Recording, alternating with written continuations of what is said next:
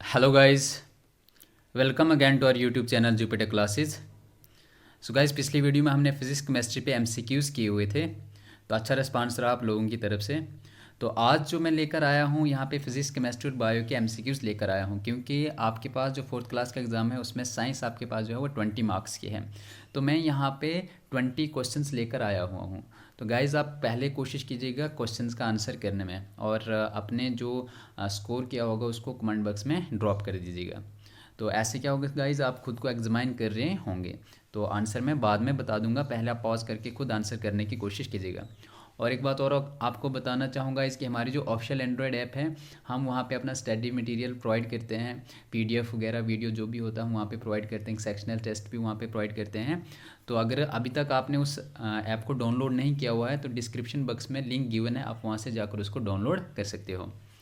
So question करते हैं guys. So first question है गाइज आपके सामने, deficiency of vitamin B7 results in. तो देखिए गाइज, विटामिन्स को आपने पढ़ना है, बहुत ही इंपॉर्टेंट रहते हैं ये हर एक एग्ज़ाम में। तो पूछते ही हैं कि कौन सा विटामिन्स का साइंटिफिक नेम क्या है, उनका डेफिशिएंसी से कौन सी डिजीज़ काज होती है। तो ये आपने रिमेंबर करना, ये आपने याद करने हैं। तो यहाँ पे आपके पास विटामिन B7 का बोला। देखिए गाइज, ये बी कम्प्लेक्स के विटामिन्स हैं। आपको पता है गाइज, बी कम्प्लेक्स के विटामिन आपके पास B1 होता है, B2, B3, B5, B6, B7, B9 होता है, और B12 होते हैं। तो ये आपके बी बी कम्प्लेक्स के विटामिन, और इनके आपके पास क्या होना चाहिए गाइज, याद नेम, साइंटिफिक नेम याद होने चाहिए। तो साइंटिफिक नेम देखिए, B1 का आपके पास क्या होता है गाइज, थाइमन में यहाँ पे बताऊँगा। तो B2 का आपका जो साइंटिफिक नेम है वो होता है गाइज रिबोफ्लेविन, और B3 का आपके पास होता है नाइसिन, और B5 का होता है गाइज पेंटोथेनिक एसिड, B6 का पायरिडॉक्सिन होता है, B7 का आपके पास बायोटिन होता है जो आपके पास यहाँ पे गिवन है। तो इस विटामिन B7 का साइंटिफिक नेम क्या है गाइज, बायोटिन। और B9 का यहाँ पे आपके पास क्या होता है ना गाइज नेम, फॉलिक एसिड, या इसको हम फोलेट भी बोलते हैं। और B12 का यहाँ पे क्या नाम होता है गाइज, साइनोकोबालमेनिन। तो ये बी कम्प्लेक्स के विटामिन और जिनके साइंटिफिक नेम आपको याद रखने गाइज। अब देखिए यहाँ पे बोला कि अगर B7 की डेफिशिएंसी होती है तो आपके पास क्या होता है गाइज। तो देखिए, नाइट ब्लाइंडनेस जो होता है ये किसकी डेफिशिएंसी से होता है, विटामिन ए की डेफिशिएंसी से होता है। और विटामिन ए का साइंटिफिक नेम आपके पास क्या है गाइज, रेटिनोल। ठीक है गाइज।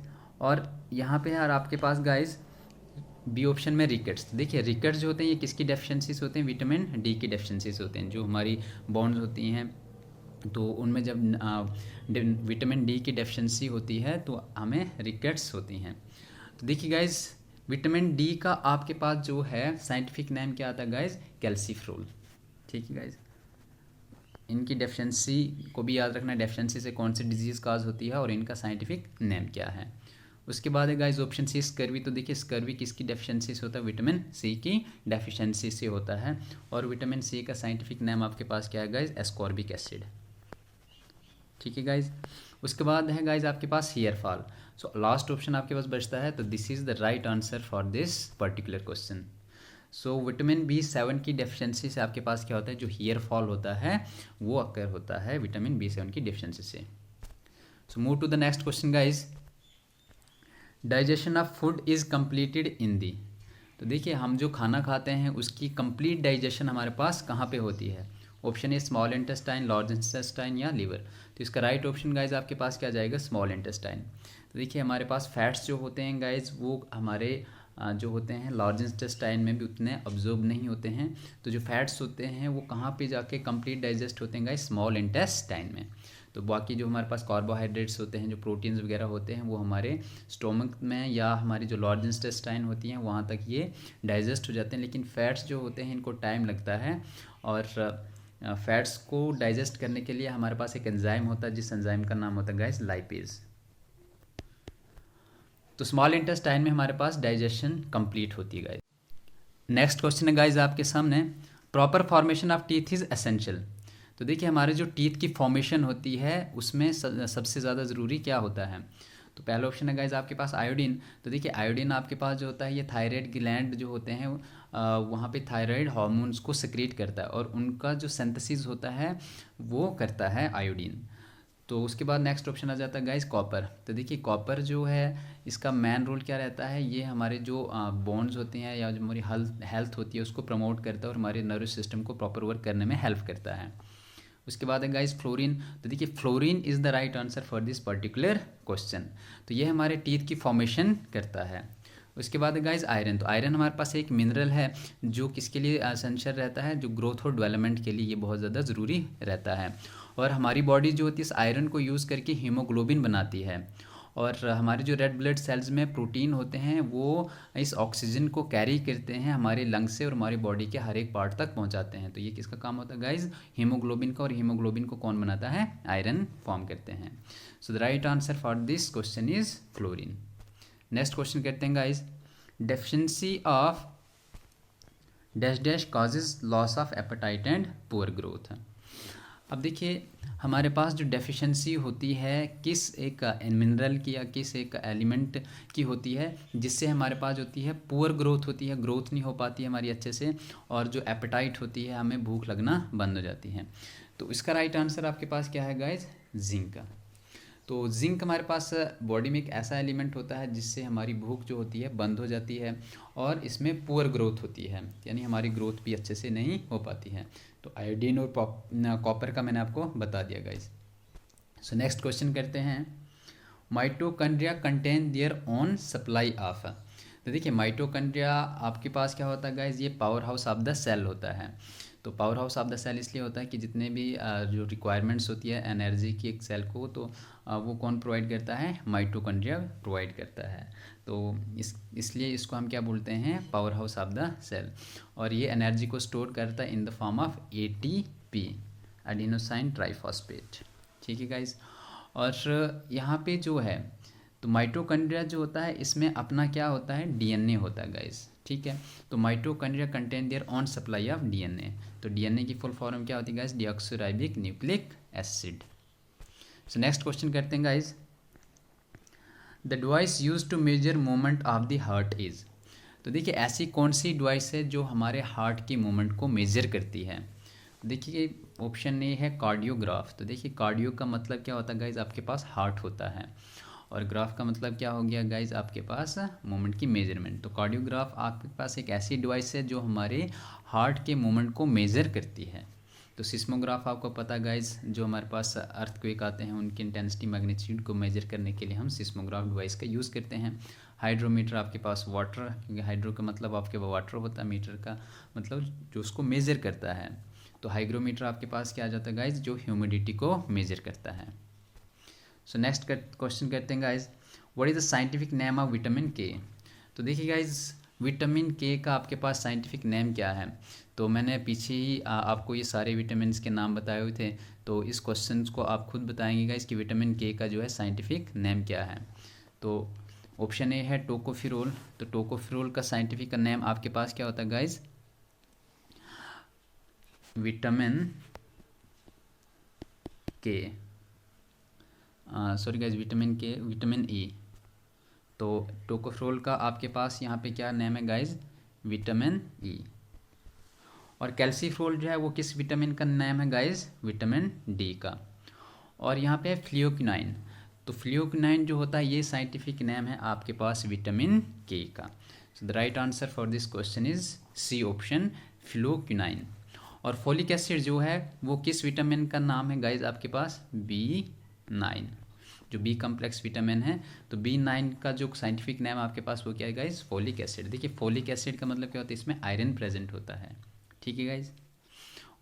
नेक्स्ट क्वेश्चन करते हैं, विच विटामिन आर वाटर सॉल्युबल्स। तो देखिए आपके पास ऐसे कौन से विटामिन हैं जो वाटर सॉल्युबल होते हैं, यानी कि उनको आप पानी में अगर डाल दोगे तो वो डिज़ोल्व हो जाते हैं। तो देखिए ऑप्शन ए है आपके पास ए और सी। तो ए और सी आपके पास जो है वाटर सॉल्युबल नहीं है, BC है, BC है, EK है। तो इसका जो राइट आंसर है गाइज आपके पास वो है C option, that is vitamin B and C। यानी कि BC जो है ये आपके पास वाटर सॉल्युबल्स हैं, और बाकी जितने भी आपके पास विटामिन्स हैं वो आपके पास कौन से हैं, फैट सॉल्युबल हैं। यानी कि अगर उनको फैट्स के साथ अगर लोगे तो वो आपके पास इजीली डिज़ोल्व हो जाते हैं। So right answer for this question is vitamin BC। Next question करते हैं guys, Dalton's name is associated with which of the following terms. तो देखिए डेल्टन जो थे इनमें से कौन सी टर्म के साथ जो है वो एसोसिएटेड हैं, इलेक्ट्रॉन, प्रोटॉन, एटम या न्यूट्रॉन। तो देखिए ये जो एसोसिएटेड हैं वो हैं एटम के साथ, क्योंकि डेल्टन ने सबसे पहले एटॉमिक थ्योरी प्रपोज्ड की हुई थी। उन्होंने कहा था कि कोई भी हमारे पास एक मैटर है वो किससे कंसिस्ट है, एटम से कॉन्स्टिट्यूट होकर मैटर बनता है। तो देखिए इलेक्ट्रॉन जो थे इनको किसने डिस्कवर किया था गाइस, जे थॉमसन ने, ठीक है गाइस। प्रोटॉन को किसने डिस्कवर किया था गाइस, आपके पास रुदरफोर्ड ने। और न्यूट्रॉन को किसने डिस्कवर किया था गाइस, चैडविक ने, ठीक है गाइस। नेक्स्ट क्वेश्चन करते हैं, which among the following gas usually causes explosion in coal mines. तो देखिए जो भी आपके पास कोल माइंस होती हैं जहाँ पे कोयला वगैरह बनता है, तो वहाँ पे ऐसी कौन सी गैस होती है जिससे एक्सप्लोजन हो सकता है, जो एक्सप्लोजन को काज कर सकती है। पहला ऑप्शन आपके पास carbon monoxide, hydrogen sulphide, nitrous oxide और मीथेन। तो इसका राइट ऑप्शन आपके पास क्या आएगा गाइस, मीथेन आएगा। जैसे भोपाल गैस ट्रेजेडी जो आपने सुनी होगी, तो वहाँ पे कौन सी गैस रिलीज हुई थी, मिथाइल आइसोसाइनाइड। तो यहाँ पे मीथेन उसमें एक ऐसा कंपाउंड होता है जिसकी वजह से आपके पास एक्सप्लोजन हो सकता है कोल माइंस में। नेक्स्ट क्वेश्चन है guys, which of the following is not a metalloid. तो देखिए मेटलाइड आपके पास एलिमेंट्स दिए हुए, इनमें से आपने बताना है कि कौन सा मेटलाइड नहीं है। तो मेटलाइड क्या होते हैं गाइस, ये ऐसे एलिमेंट होते हैं जिनमें प्रॉपर्टीज़ जो होती है मेटल की भी होती है और नॉन मेटल की भी होती है, दोनों प्रॉपर्टी को एग्जिबिट करते हैं ये। तो देखिए यहाँ पे बोरान आपके पास जो है, बोरान आपके पास क्या है गाइस, ये एक मेटलॉइड है जिसका एटॉमिक नंबर आपके पास क्या है गाइस, 5। तो सिलिकॉन भी जो है ये भी आपके पास क्या है गाइस, मेटलॉइड है जिसका एटॉमिक नंबर आपके पास कितना है गाइस, 14। और जर्मेनियम भी आपके पास क्या है गाइस, ये भी मेटलॉइड है जिसका एटॉमिक नंबर आपके पास क्या है गाइस, 32। और टाइटेनियम यहाँ पे देखिए गाइस, टाइटेनियम आपके पास जो है ये मेटलॉइड नहीं है, ये आपके पास क्या है गाइस, मेटल है जिसका एटॉमिक नंबर कितना है, 22। और ये डी ग्रुप में आपके पास आते हैं। सो ये आपके पास क्या है गाइस, मेटल है। तो right answer for this question is titanium. Next question है guys, what is the property of matter by which a body tends to regain its original configuration after the removal of deforming force known as. तो देखिए guys जब आप किसी matter पे, तो ये आपके पास मैटर आपके पास यहाँ पे दिए हुए हैं गाइस, ये सारे मेटल की प्रॉपर्टीज़ हैं। तो देखिए जब भी आप किसी मैटर पर फोर्स अप्लाई करते हैं, उस फोर्स को हम क्या बोलते हैं गाइस, डिफॉर्मिंग फोर्स बोलते हैं। और जब उस डिफॉर्मिंग फोर्स को आप रिमूव करते हो और रिमूव करने के बाद वो मैटर जो है अपनी ओरिजिनल पोजीशन पे आ जाता है, तो बोलते हैं वो कौन सी प्रॉपर्टी होती है मैटर की। तो देखिए हम ऑप्शंस को समझते हैं। पहला यहाँ पे प्लास्टिसिटी। तो देखिए गाइस प्लास्टिसिटी ये एक ऐसी प्रॉपर्टी होती है किसी भी बॉडी की जो जिसमें इलास्टिसिटी जो होती है वो लॉस हो जाती है और एक परमानेंट शेप जो है वो अक्वायर करता है। जैसे हम इसको ईजिली मोल्ड कर सकते हैं, उसको शेप कर सकते हैं। आप जैसा चाहो अगर उस पर आप डिफॉर्मिंग फोर्स अप्लाई करोगे वो अपनी शेप को वैसे ही रिटेन करेगा। तो ये आपके पास क्या होता है गाइस, प्लास्टिसिटी। दूसरा गाइस यहाँ पे इलास्टिसिटी। तो देखिए गाइस इलास्टिसिटी क्या होता है, ये भी एक प्रॉपर्टी होती है बॉडी की। जब आप इस पर डिफॉर्मिंग फोर्स अप्लाई करते हो और जब डिफॉर्मिंग फोर्स को आप रिमूव करते हो तो जो वो मैटर होता है, जो बॉडी होती है, वो दोबारा से अपनी ओरिजिनल पोजीशन को रिटेन करती है, जो उसकी ओरिजिनल कॉन्फ़िगरेशन होती है उसको रिटेन करती है। तो वही जो है यहाँ पे राइट आंसर रहेगा इस पर्टिकुलर क्वेश्चन के लिए। तो इलास्टिसिटी यहाँ पे आपको बोला है कि after the removal of deforming force, तो ये क्या करता है, रिगेन इट्स ओरिजिनल कॉन्फ़िगरेशन। तो आपके पास क्या होता है गाइस, इलास्टिसिटी। अब यहाँ पे दो ऑप्शन और हैं गाइस, डक्टिलिटी और मेलेबिलिटी। तो ये आपके पास क्या है गाइस, मेटल की प्रॉपर्टी है ये। तो मेटल की प्रॉपर्टी कहती है कि डक्टिलिटी क्या होता है, जिसको हम वायर्स की फॉर्म में जो है वो चेंज कर सकते हैं। यानी कि कोई भी आप मेटल है जिसको आप इन द फॉर्म ऑफ वायर बना सकते हो, तो वो आपके पास कौन सी प्रॉपर्टी आ जाती है, मेटल की डक्टिलिटी। और मेलेबिलिटी आपके पास क्या आ जाती है गाइस, ऐसी मेटल की प्रॉपर्टी जिसको हम शीट में ट्रांसफॉर्म कर सकते हैं, तो वो आपके पास मेटल की प्रॉपर्टी आ जाती है जिसको हम मेलेबिलिटी बोलते हैं। सो नेक्स्ट क्वेश्चन है गाइज आपके सामने, which of these ores is not an oxide. तो देखिए यहाँ पे आपके पास कुछ और दी हुई हैं और आपके पास क्या होती है गाइज, ये एक इम्प्योर फॉर्म होती है मिनरल्स की। तो हमने बताना है कि इनमें से कौन सा जो है वो ऑक्साइड नहीं है। तो देखिए इस पहले ऑप्शन यहाँ से हम देखते हैं मैग्नेटाइट। तो मैग्नेटाइट जो है वो किसकी ऑक्साइड है गाइज, आपके पास आयरन की ऑक्साइड है। और देखिए यहाँ पे क्यूप्राइट जो है, तो क्यूप्राइट आपके पास जो है ये आपके पास कॉपर का ऑक्साइड है। तो cuprite is an oxide of copper. तो ह्यूमेटाइट जो है it is also an oxide of iron. तो आयरन को हम सिंबल किससे लिखते हैं गाइज, Fe, और इसका एटॉमिक नंबर क्या है गाइज, 26। और देखिए यहाँ पे गाइज सेफ्लेराइट, तो सेफ्लेराइट को हम क्या बोलते हैं गाइज, सल्फाइड भी बोलते हैं। इसका फॉर्मूला है गाइज आपके पास Zn। तो देखिए ये आपके पास जो है ऑक्साइड नहीं है, तो बाकी आपके पास जितने भी हैं वो सारी ऑक्साइड हैं आयरन की या फिर कॉपर की। तो इसका राइट आंसर क्या जाएगा guys, option A. Next question करते हैं guys, choose the correct statement. अब देखिए यहाँ पे हमने करेक्ट स्टेटमेंट को चूज़ करना है। बोलता है जॉन डाल्टन डिस्कवर्ड इलेक्ट्रॉन्स, तो क्या डाल्टन ने इलेक्ट्रॉन्स को डिस्कवर किया है। बोलता है जेम्स चैडविक डिस्कवर्ड प्रोटॉन्स, क्या चैडविक ने प्रोटॉन को डिस्कवर किया था। Rutherford calculated charge to mass ratio of electrons, तो क्या ये भी ठीक है। ऑप्शन डी है आपके पास नन ऑफ दिस। तो देखिए गाइस हमें पता है कि डाल्टन ने एटम को डिस्कवर किया था, उसने एटॉमिक थ्योरी जब प्रपोज की थी। चैडविक ने आपके पास न्यूट्रॉन को डिस्कवर किया था। रुदरफोर्ड ने आपके पास जो था charge to mass ratio of electrons नहीं कैलकुलेट किया था, इनने प्रोटॉन इलेक्ट्रॉन्स को कैलकुलेट जो था उनका किया हुआ था, डिस्कवर किया हुआ था। सो इसका राइट ऑप्शन आपके पास क्या जाएगा guys, option D none of the above. Next question है guys, focal length of a plane mirror is, जो आपके पास प्लेन मिरर होता है उसकी फोकल लेंथ क्या होती है। तो देखिए गाइज फोकल लेंथ आपको समझना है कि फोकल लेंथ क्या होती है। तो फोकल लेंथ जो आपके पास प्लेन मिरर जैसे गाइज आप अपने घर में जो भी मिरर होता है जिसको आप फेस देखने के लिए यूज़ करते हो, तो उसको आप क्या बोलते हो गाइज, प्लेन मिरर बोलते हैं। अब देखिए फोकल लेंथ आपके पास क्या होता है, ये एक डिस्टेंस होता है मिरर से लेकर फोकल पॉइंट तक का। जैसे गाइज मैं एक मिरर ले लेता हूँ, ये आपके पास एक जो है कनकेव मिरर है। तो अब देखिए कनकेव मिरर जो होता है ये आपके पास क्या करता है, जो भी यहाँ से रेज आती हैं यानी कि रिफ्लेक्टिव सरफेस होती है। प्लेन मिरर भी आपके पास क्या होता है, कि रिफ्लेक्टिव सरफेस होती है, और मिरर जो भी होते हैं आपके पास हमेशा रिफ्लेक्टिव सरफेस होती है।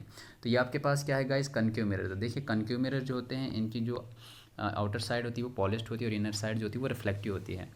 और यहाँ पे क्या होता है गाइस, आपके पास एक प्रिंसिपल एक्सेस होता है, और यहाँ से ये जो है पैरेलल रेज आ रही हैं, और देखिए जब यहाँ पे ये रिफ्लेक्ट करेंगी तो ये आपके पास किसी पर्टिकुलर पॉइंट पर आकर मीट करेंगी, और यही आपका जो है क्या कहलाता है गाइस, फोकल पॉइंट है। और फोकल लेंथ आपके पास क्या होगी, ये एक डिस्टेंस है मिरर से लेकर फोकल पॉइंट तक। जैसे यहाँ से लेकर मिरर से लेकर यहाँ तक जो डिस्टेंस है ये आपका क्या होता है गाइस, फोकल लेंथ होता है। और यहीं पे आपके पास क्या होता है गाइस, एक रेडियस ऑफ कर्वेचर होता है। तो रेडियस ऑफ कर्वेचर देखिए आप गाइस आपके पास क्या होता है, सपोज करते हैं अगर ये आपके पास एक मिरर है, स्फेरिकल मिरर बनाते हैं, तो इसका रेडियस ऑफ कर्वेचर जो होगा वो यहाँ पे आएगा गाइस, ठीक है। ये आपके पास रेडियस ऑफ कर्वेचर, तो यहाँ से लेकर यहाँ तक आपके पास क्या है, एक रेडियस ऑफ कर्वेचर। और जैसा आपने पढ़ा होगा कि फोकल लेंथ जो होता है वो किसके बराबर होता है, half of radius of curvature, ठीक है गाइज। तो ये रेडियस ऑफ कर्वेचर का क्या होता है, हाफ होता है। तो देखिए जो प्लेन मिरर होते हैं, अब जैसे सपोज करते हैं आपके पास क्या है गाइज, एक प्लेन मिरर है, और यहाँ पे जो रेज आएंगी वो ऐसे आएंगी, प्रिंसिपल एक्सेस के पैरेलल आएंगी, और जैसे यहाँ पे रिफ्लेक्ट होंगी वैसे यहाँ पे वापस चली जाएंगी।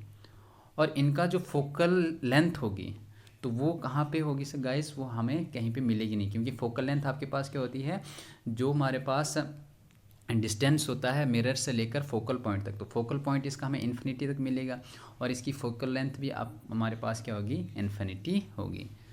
तो फोकल लेंथ किसी भी प्लेन मिरर की जो होती है वो इन्फिनिटी होती है। नेक्स्ट क्वेश्चन करते हैं guys, nuclear sizes are expressed in the unit named.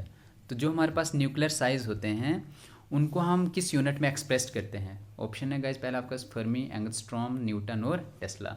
तो देखिए गाइस यहाँ पे जो न्यूक्लियर साइजेस होते हैं उनको हम किस में एक्सप्रेस करते हैं guys, option A right, Fermi.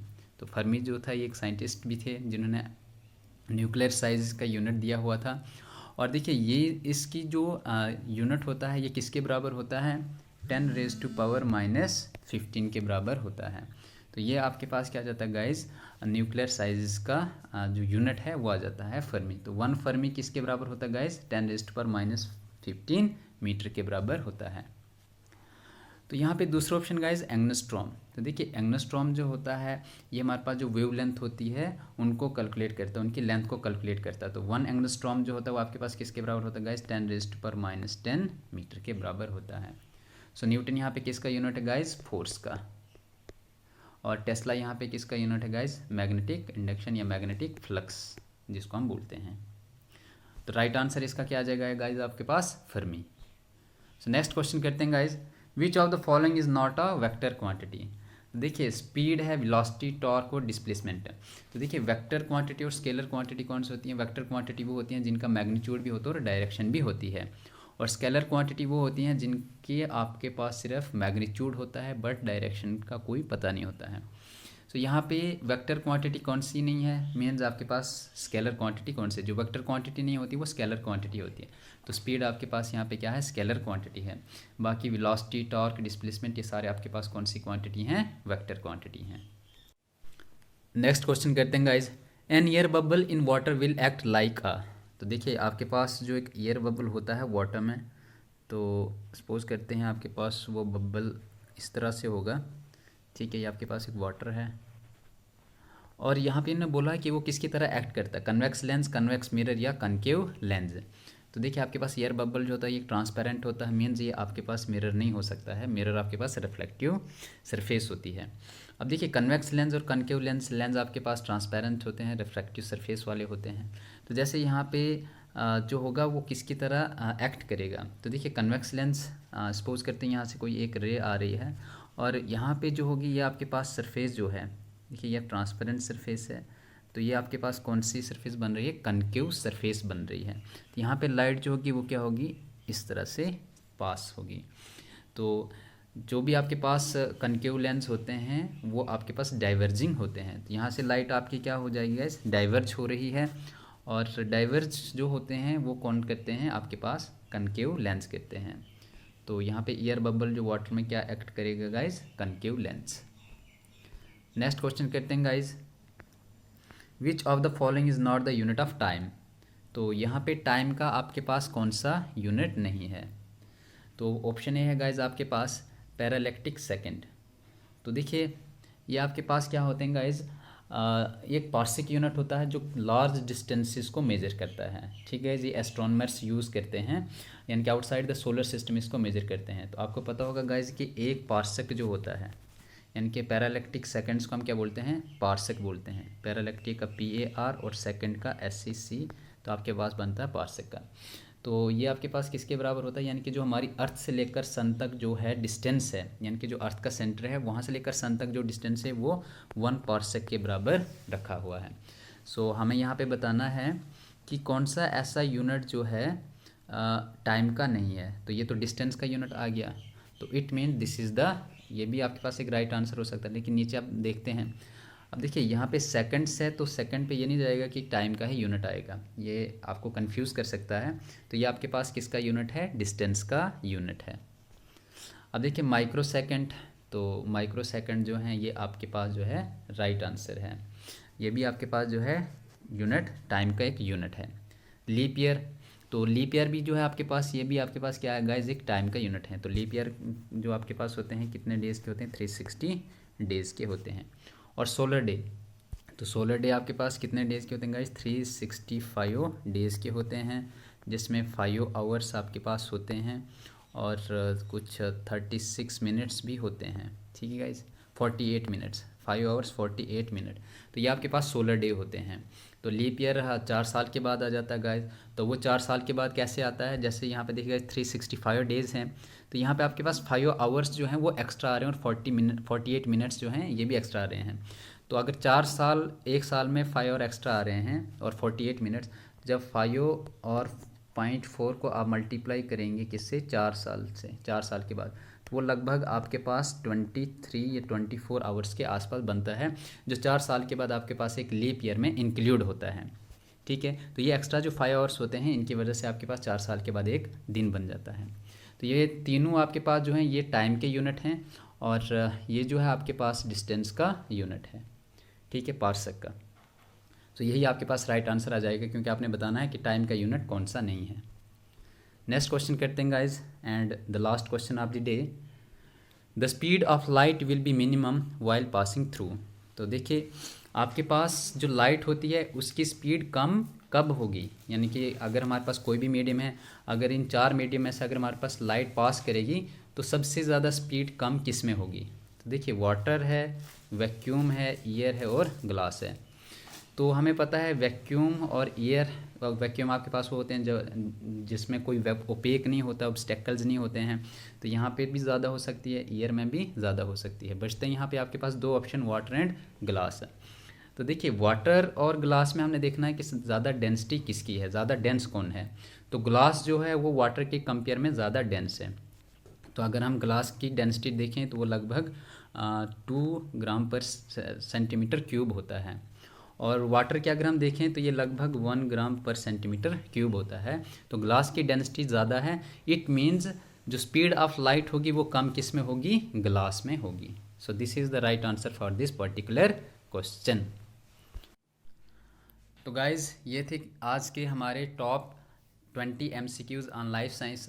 तो जिन्होंने भी स्कोर किया होगा वो कमेंट बॉक्स में ऑनेस्टली अपना स्कोर ड्रॉप कर सकते हैं। और गाइज़ अगर आपको हमारी वीडियो अच्छी लगती है तो अपना फीडबैक का कमेंट बॉक्स में ज़रूर दें, और इसको लाइक शेयर कमेंट, और चैनल को अगर अभी तक सब्सक्राइब नहीं किया तो उसको भी सब्सक्राइब कर दें। Thanks for listening this, God bless you all.